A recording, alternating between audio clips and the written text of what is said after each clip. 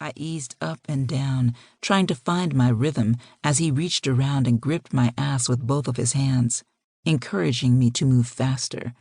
I bent forward as I continued to slide up and down his erection, my body quivering all over. I found his mouth and dipped my tongue inside it, tasting his. Then I sat up, staring down at him as he gazed up at me. "Damn, baby, damn," he moaned.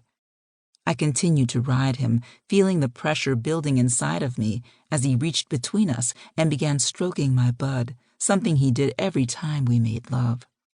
Something he knew drove me wild. I started screaming all kinds of crazy stuff about him, his penis, and Miss Kitty.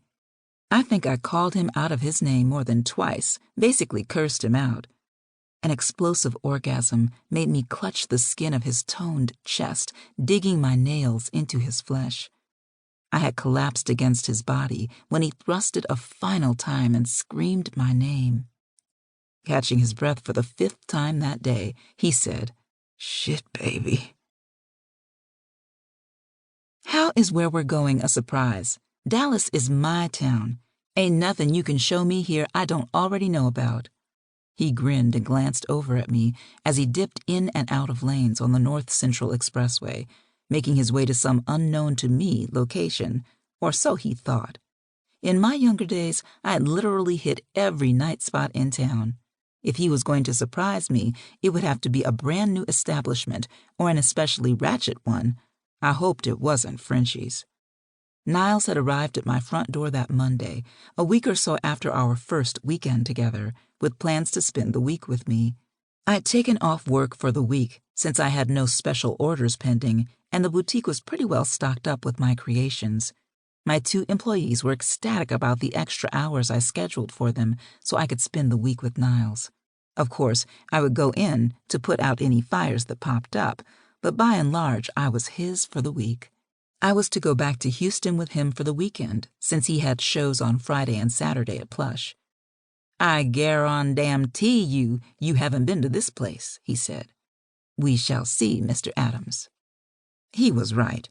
I had never, and would never, frequent a place called the Midnight Cowboy, not in a million years. Never, ever, ever.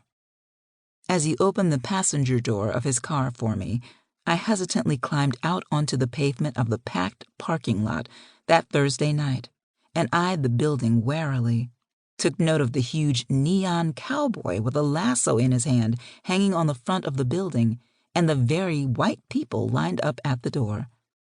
What are we doing here?" "It's a club. We're here to kick it," he said, as he reached for my hand and attempted to lead me to the building. I didn't budge. Is this a country and western club?" He smiled and nodded. "Yep." "I'm not going in there, Nyles." His smile widened. "Why, you scared?" "Yeah, as a matter of fact, I am. That place is probably full of rabid Trump supporters.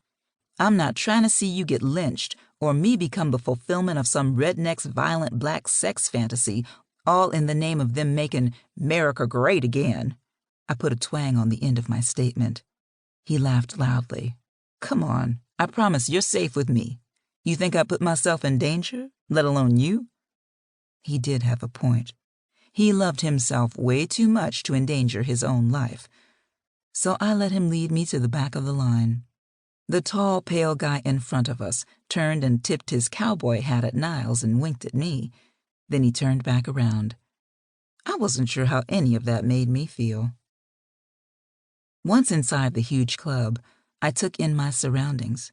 The table and chairs were rustic, made out of heavy wood. Barrels and empty feeding troughs were situated throughout the place as decoration. There was a stage at the far end of the space, with what I guessed was a DJ set up in the middle of it. The dance floor was full of people line dancing to some song I had never heard before.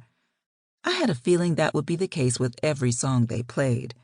In addition to the rustic decor, there were lights flashing and big neon sculptures of cowboys and cowboy boots and cowboy hats hanging on the walls. The long saloon-style bar was lined with people sitting on wooden bar stools. The bartenders wore bowler hats, white shirts with black bands around their upper arms.